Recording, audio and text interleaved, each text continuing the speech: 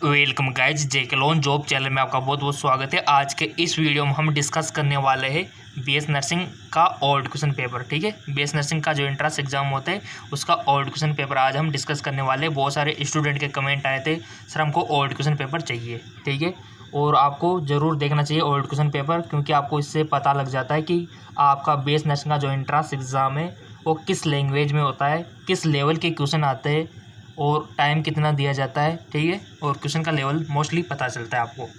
तो लीजिए, ये आपके सामने बीएस नर्सिंग एंट्रेंस एग्ज़ाम का ओल्ड क्वेश्चन पेपर।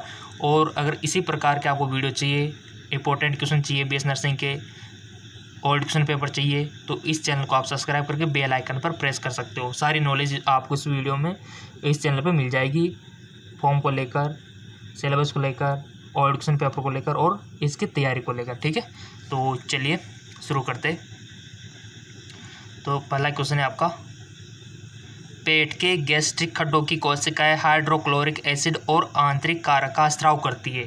ठीक है, cell of the stomach gastric secrete the hydrochloric acid ऐसी होता है ना, वो किस सिगरेट होता है, ये पूछा गया है। तो सिंपल सा क्वेश्चन है कि आपका पार्शियल कोशिकाएं, देखो हिंदी में तो जाने पार्शियल दिया हुआ है, लेकिन वह पैरेटल सेल्स इंग्लिश में अच्छा समझ में आ जाएगा, कोई दिक्कत नहीं। दोनों लैंग्वेज आपके बीएस नर्सिंग एंट्रेंस एग्जाम में आती है। ठीक है, तो आपका राइट ऑप्शन बी हो जाएगा। पार्शियल कोशिकाएं द्वारा HCl का सिग्रेशन किया जाता है, जो कि आपके स्टोमक में होता है। ठीक है, अगला क्वेश्चन है, इसका आंसर तो थोड़ा पहले आपको देना है, उसके बाद इसका आंसर मैं आपको बताऊँगा, इससे आपकी प्रैक्टिस अच्छी होगी। ठीक है ना, तो यहाँ पर एडजस्ट कर लेते।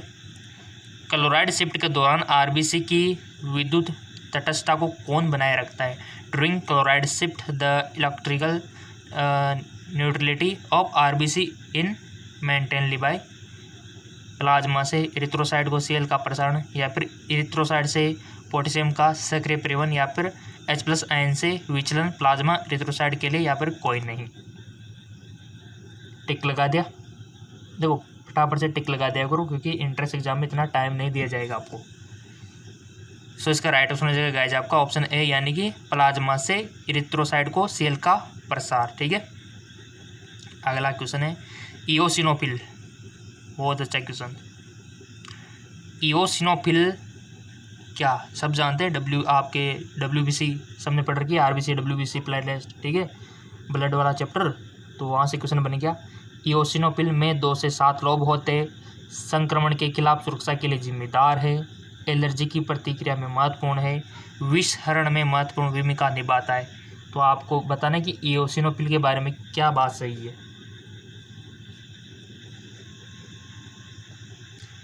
सो गाइज, इसका राइट ऑप्शन हो जाएगा आपका ऑप्शन सी, यानी कि एलर्जी की प्रतिक्रिया में महत्वपूर्ण भूमिका निभाता है आपका इओसिनोफिल। ठीक है, तो आपको तो पूरा ब्लड का एक कंसेप्ट याद होना चाहिए गाइज। आपका जो ब्लड है ना, तो आपको पता होना चाहिए कि इसमें प्लाज्मा होता है, ब्लड सेल्स होती है ना। प्लाज्मा कितना % होता है, ब्लड सेल्स कितना % होता है। ठीक है, 55 ये होता है, 45 ये होती है। ठीक है, ब्लड सेल्स की बात करें तो ये भी बहुत सारी टाइप होती है, RBC WBC प्लेटलेट्स, फिर भी आपको WBC का टाइप, ग्रेनुलेस, सब कुछ दिया हुआ है आपके बुक्स में। अगर आप कमेंट करोगे तो मैं ब्लड के ऊपर भी वीडियो अपलोड कर दूँगा, सारी समस्या खत्म, बट कमेंट आने चाहिए। चलते आगे की ओर। हेनले लूप किसके अवशोषण के लिए होता है? बहुत अच्छा क्वेश्चन, एक्सक्रेटरी सिस्टम से। Henle loop is meant for observation. Henle का लूप तो सब जानते हैं ना, सबको पता होना चाहिए, नेफ्रॉन की संरचना।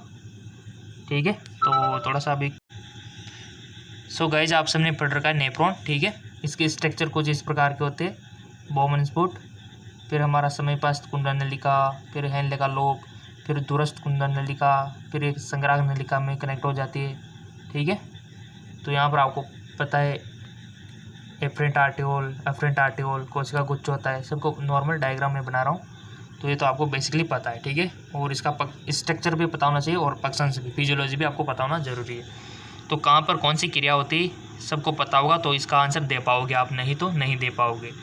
सो गाइज, आपको पता है कि हमारा जो हेनले का लूप होता है ना, वहाँ पर जो ये होती है हमारी आरोही और अवरोही, इसको बोलते हैं। ठीक है, असेंडिंग डक्ट और डिसेंडिंग डक्ट, सिंपल वे में।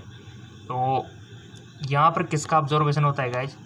और यहाँ पर किसका होता है, यहाँ पर किसका होता है। ये 3 जगह तो आपको पता होना चाहिए, ठीक है, क्योंकि क्वेश्चन कहाँ से भी बन सकता है, असेंडिंग से भी बन सकता है आपके, ठीक है, और आपके डिसेंडिंग से भी बन सकता है, और हेनले लूप से तो ये आपके सामने बन गया, ठीक है। तो कहाँ पर कौन से आयंस, लवणस, ठीक है, ऑब्जर्व होते हैं। तो आपसे यही क्वेश्चन पूछा गया कि हेनले का लूप किसके अवशोषण के लिए होता है, क्या पोटेशियम के लिए होता है, क्या ग्लूकोज के लिए, या फिर यूरिया के लिए, या फिर सोडियम के लिए। क्योंकि आपको पता है कि हमारा जो यूरिन बनता है, मूत्र जो बनता है ना, उसमें इम्पोर्टेंट जो हमारे लिए पदार्थ होते हैं जैसे कि ग्लूकोज हो गया, प्रोटीन हो गया, वो भी फिल्टर होके आ जाते हैं फर्स्ट बार में, तो ठीक है। क्योंकि यहाँ पर आपको पता है कि इधर से हमारे कुछ भी नहीं, बॉडी से हमारे सप्लाई के लिए आर्टरीज होती है, वेंस होती है, ठीक है, इसमें अशुद्ध रक्त आता है और यहाँ पर कोशिका गुच्छ में फिल्टर होके वापस आर्टरी थ्रू निकल जाता है, ठीक है। तो आपको इधर जो हमारा यूरिन बना तो उसमें कुछ इंपॉर्टेंट चीज़ें जा चुकी है, तो इसका ऑब्जर्व होना ज़रूरी है। तो ये जैसे जैसे आगे जाते ऑब्जर्व होता जाता है, ठीक है ना, क्योंकि यहाँ पर जाल बच्चा हुआ था इसके ऊपर ब्लड का, ब्लड नलिका होगा, राइट। तो इसका राइट ऑप्शन क्या होगा, हेनले का लूप किसका अवशोषण करता है, राइट ऑप्शन हो जाएगा सोडियम आयंस का, ठीक है। और साथ में आपको ये भी पता होना चाहिए फिर ग्लूकोज का कहाँ पे होता है, यूरिया का कहाँ पर होता है, ठीक है। अगर पता नहीं है तो बता देना, वीडियो बना दूंगा। अगला क्वेश्चन है आपका, मनुष्य में रोमक स्तंभ उपकला कोशिकाएं उत्पन्न होने के लिए जानी जाती है। ब्रोंकियल्स और हमारी जो फ्लेविन ट्यूब्स होती है, स्टैंचन ट्यूब और स्टोमक लेनिंग, या फिर फ्लोविन ट्यूब और मूत्रमार्ग, या फिर पीतनली और घींगा। सो इसका राइट ऑप्शन हो जाएगा आपका, इंपॉर्टेंट है, इजी क्वेश्चन है गाइस, देख लो। फर्स्ट वाला राइट ऑप्शन हो जाएगा हमारा, ठीक है, ये ब्रोंकियल्स और फ्लोविन ट्यूब। सिलेटेड कोलमनार एपिथेलियम इसमें होता है। अगला क्वेश्चन है आपका, एक आराम करने वाले न्यूरॉन और मांसपेशी फाइबर में प्लाज्मा झिल्ली की पारगम्यता है। पोटेशियम की तुलना में सोडियम आयन के लिए अधिक, सोडियम आयन की तुलना में पोटेशियम आयन के लिए अधिक, पोटेशियम के लिए अवैध यानी कि इम्प्रमेबल। हिंदी में समझ में नहीं आता है तो कोई दिक्कत नहीं, हिंदी इंग्लिश ऊपर दी हुई होती है, ठीक है। दोनों आयनों के लिए इम्प्रमेबल का क्या हो सकता है इसका राइट ऑप्शन। सो इसका राइट ऑप्शन हो जाएगा आपका बी, यानी कि सोडियम की तुलना में पोटेशियम के लिए अधिक। निम्न में कौन सा गलत है, अगर आपको पता होगा तो आप इजीली इसका आंसर दे पाओगे। Which of the following is false, endoderm, mesoderm, ectoderm, रोगाणु परत, ट्रोम्फोब्लास्ट एक रोगाणु परत है, आंतरिक कोशिका द्रव्यमान भ्रूण स्टेम कोशिका का स्रोत है, प्लास्टुला अक्सर कोशिकाओं की एक खोखली गेंद होती है। सो इसका राइट ऑप्शन हो जाएगा आपका बी, यानी कि ट्रोम्फोब्लास्ट एक रोगाणु परत है, जो कि गलत है। बाकी ये सब सही है, याद रख लेना इनको तो, 3 को तो। और गाइज मैं हमेशा बोलता हूँ कि रिप्रोडक्शन सिस्टम से तो क्वेश्चन बनता है, ठीक है। पिछले जो वीडियो था उसमें भी बोला था, तो इसको तो आप 2 से 3 क्या 10 बार पढ़ लेना। What is the correct sequence of the sperm formation, शुक्राणु निर्माण का सही क्रम आपको बताना है गाइज, ठीक है। तो बता दो, स्पर्मेटिड, स्पर्मेटोसाइड, स्पर्मेटोगोनिया, स्पर्मेटोजोआ, सब कुछ आपने 12th में पढ़ा हुआ है। और आपके बीएस नर्सिंग एंट्रेंस एग्जाम में भी 12th के लेवल से क्वेश्चन बनते हैं, बाहर से नहीं बनते, बिल्कुल भी आपको घबराना नहीं है। और तैयारी तो हम करवाए रहे आपको। चैनल सब्सक्राइब करके बेल आइकन पर प्रेस, बस काम बन गया आपका। तो आई होप आपने चूज कर लिया होगा इसका राइट ऑप्शन क्या होगा, शुक्राणु निर्माण का कर लिया। सो गाइज इसका राइट ऑप्शन हो जाएगा option D, spermatogonia, spermatocyte, spermatid और शुक्राणुजोआ, जिसको स्पर्मेटोजोआ बोलते हो, ठीक है।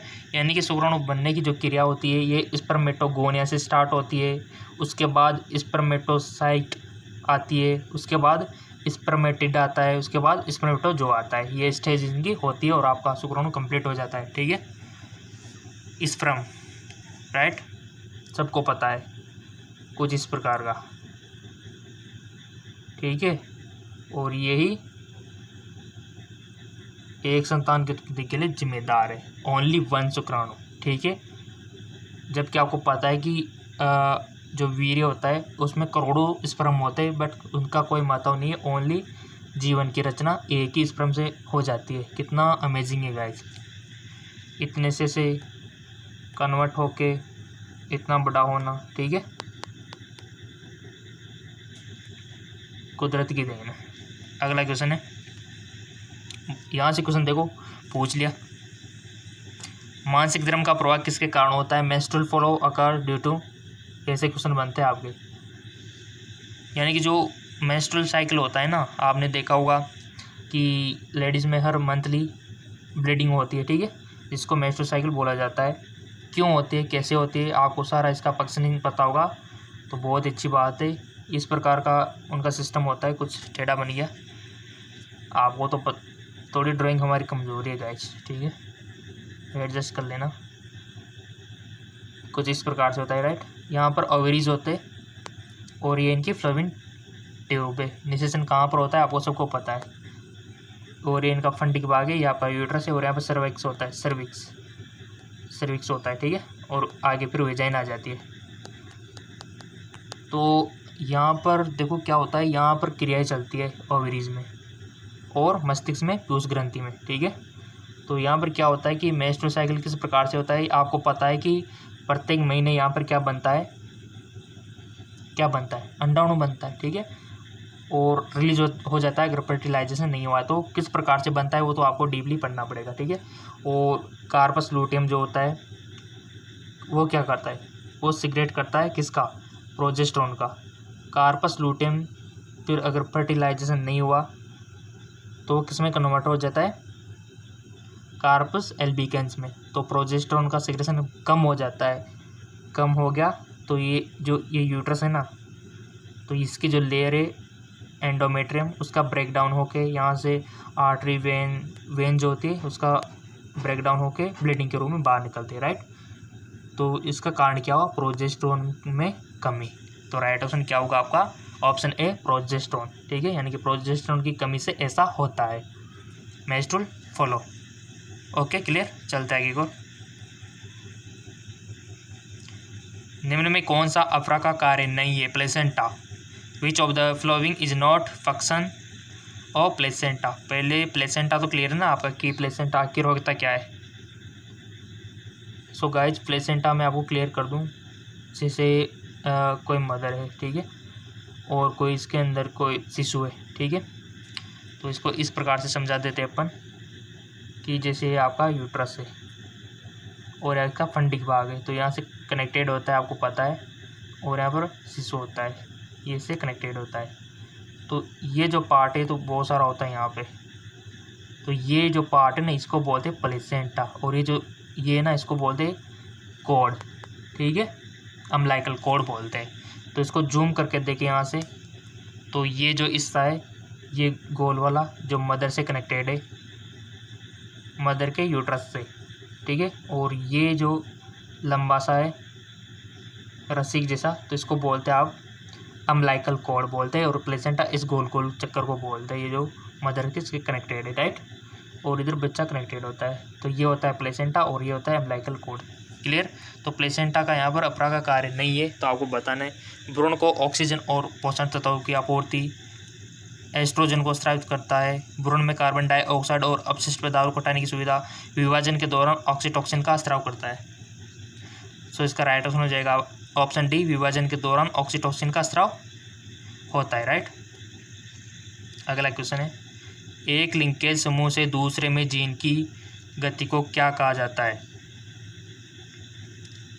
उल्टा देना या फिर डुप्लीकेशन या फिर ट्रांसलेशन या फिर क्रॉसिंग ओवर। तो इसका राइट ऑप्शन हो जाएगा option D, crossing over, right. अगला क्वेश्चन है, एलएल से विभिन्न फिनोटाइप सच प्रजनन होमोजीनस जीन के विभिन्न आणविक रूप या फिर हेटेरोजाइगोट। तो इसका राइट ऑप्शन हो जाएगा डी, हेटेरोजाइगोट। अगला क्वेश्चन है HIV जो एड्स का कारण बनता है सबसे पहले नष्ट करने लगता है, किसको करने लगता है? HIV द कॉज एड्स किसको डिस्ट्रॉय करता है सबसे पहले गाइज? क्या बी लिम्फोसाइट को, या फिर ल्यूकोसाइट को, या फिर हेल्पर टी लिम्फोसाइट को, या फिर थ्रोम्बोसाइट को? सो गाइज इसका राइट आंसर हो जाएगा हमारा ये ऑप्शन जो दिया हुआ है ना गाइज, ये पहले बी को नहीं, यहाँ पर मिस प्रिंट हो सकता है, ठीक है। इसका राइट आंसर हेल्पर टी होगा, क्योंकि सबसे पहले तो हेल्पर टी को अटैक करेगा ना। HIV जो एड्स का कारण बनता है सबसे पहले किसको नष्ट करता है? हेल्पर टी को। अगर आपका कुछ मत है तो आप कमेंट बॉक्स में लिख सकते हो इस क्वेश्चन के ऊपर, क्वेश्चन नंबर 13, ठीक है, कि सबसे पहले किसको नष्ट करता है। क्योंकि ऑप्शन इसमें टी आना चाहिए, क्योंकि हम मिस प्रिंट लग रहा है, ठीक है, क्योंकि टी लिम्फोसाइट को सबसे पहले नष्ट करता है। कौन कौन सा मत है बता देना, अगर जिसको डाउट है कमेंट बॉक्स में लिख देना, क्लियर कर देंगे, ठीक है। चलते आगे को। 12 जोड़ी पसलियाँ हैं जिनमें से सीधे उरोस्ती से जुड़ी होती है। बहुत अच्छा क्वेश्चन। पहले 11 जोड़ी, पहले 9 जोड़ी, पहले 5 जोड़ी, पहले 7 जोड़ी। बच्चों वाला क्वेश्चन है, 11th में सबने पढ़ा है, और 11th NCERT जिसने फॉलो किए बहुत बहुत धन्यवाद। मैं हमेशा बोलता हूँ कि आपके BS नर्सिंग इंट्रांस एग्ज़ाम में 11th और 12th का ही मैटर आता है, ठीक है, 11th और 12th का, इससे बाहर कोई क्वेश्चन नहीं बनता आपका। तो इसका राइट आंसर हो जाएगा आपका ऑप्शन डी, पहले डी, यानी कि पृष्ठ 7 पेयर उरोस्ती से जुड़ी हुई होती है, ठीक है। सबको पता है किस प्रकार से जुड़ी हुई होती है, कैसे इसको होता है, ठीक है, सबको पढ़ा हुआ है 11th में। अगला क्वेश्चन है, एक अंडे में जर्दी की मात्रा और वितरण के अनुसार उभयचरों के अंडे होते हैं। According to amount of distribution सब कुछ योग दिया हुआ है। एलेथिकल, सेंट्रिकल, माइक्रोलेसेंथिकल, टीलोलेसेंथिकल सब कुछ दिया हुआ है। मीजोलेसेंथिकल, ठीक है। तो इसका राइट ऑप्शन क्या होगा, पहले आप देख लो क्वेश्चन ऑप्शन। उभयचरों के अंडे होते हैं, सो इसका राइट ऑप्शन हो जाएगा ऑप्शन सी, मीजोलेसितल और टीलोलेसितल, राइट। चलते आगे और। संतुलन से संबंधित संवेद अंग है, सेंस ऑर्गन विथ इक्विलिब्रियम। तो इसका राइट ऑप्शन क्या होगा, आंखें, मेडुला ऑब्लोंगेटा, इंटरनल एयर, नाक। तो इसका राइट ऑप्शन ऑप्शन सी होगा, internal air, right. So guys आपने देखा कि किस प्रकार के हमारे क्वेश्चंस थे, और बहुत अच्छा सी ऑप्शन है इसका, इंटरनल एयर, ठीक है। अगला क्वेश्चन है, उच्च मृत्यु दर के लिए जनसंख्या में तेजी से गिरावट, जनसंख्या घनत्व, जनसंख्या क्रैश, जनसंख्या विस्फोट, या फिर उपयोग सभी। सो इसका राइट ऑप्शन हो जाएगा जनसंख्या क्रैश, ठीक है। अगला क्वेश्चन है, मधुमक्खियों के बीच श्रमिक है अमंग हनी बी वर्कर्स, नर और मादा दोनों, या फिर उभयलिंगी। सो इसका राइट ऑप्शन हो जाएगा ए, ठीक है।